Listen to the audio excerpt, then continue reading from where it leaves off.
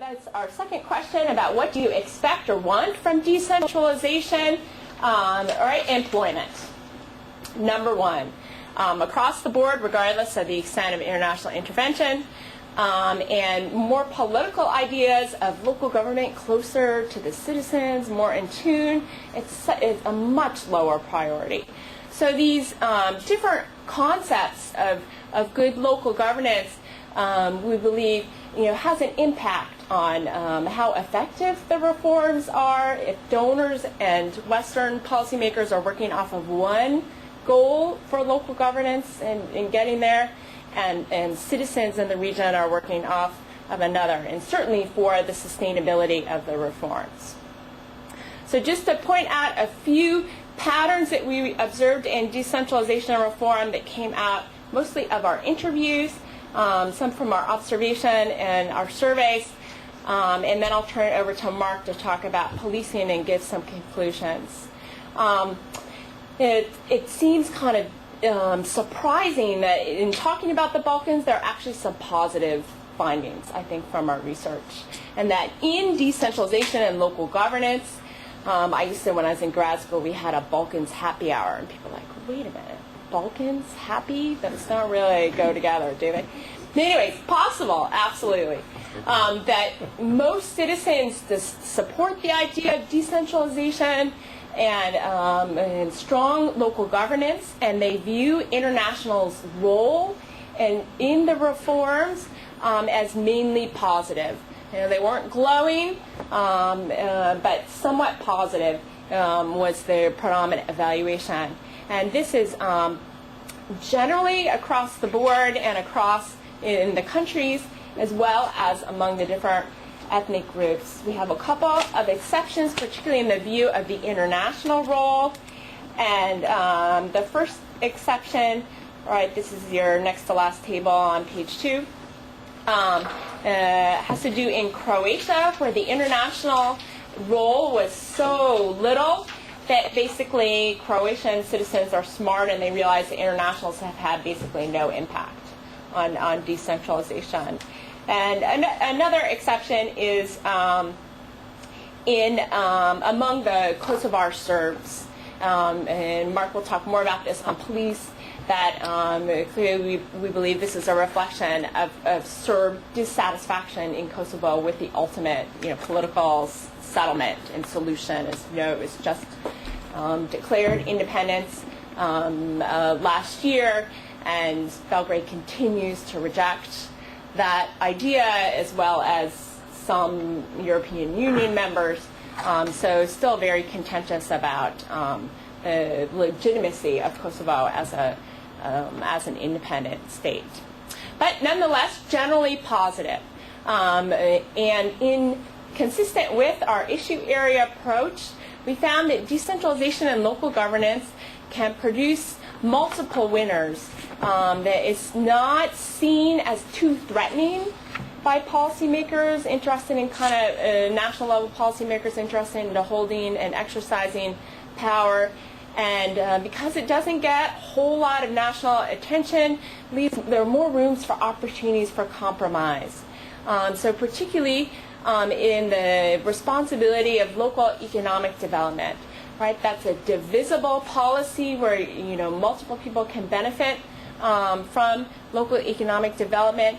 And mayors and donors told us that it's pretty easy to get mayors to understand that participating in internationally supported projects that generate local economic development and jobs, right, are going to win them fans from their constituents and help them in the elections the next time around.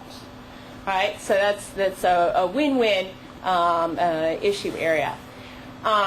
To move towards some more negative patterns that we saw with some disturbing implications for the effectiveness and sustainability, our interviewees suggested that internationals rely on what one veteran implementer described as "we win where we can" strategy.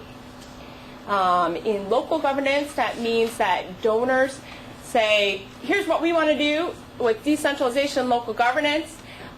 Some domestic politicians step up and that sounds great. They say all the right things in the languages that we understand, use the terminology of democratic political theory. And often there are people who are genuinely interested in democratic reforms, progressive, moderate politicians want to create more inclusive, more progressive localities and citizenry and nations.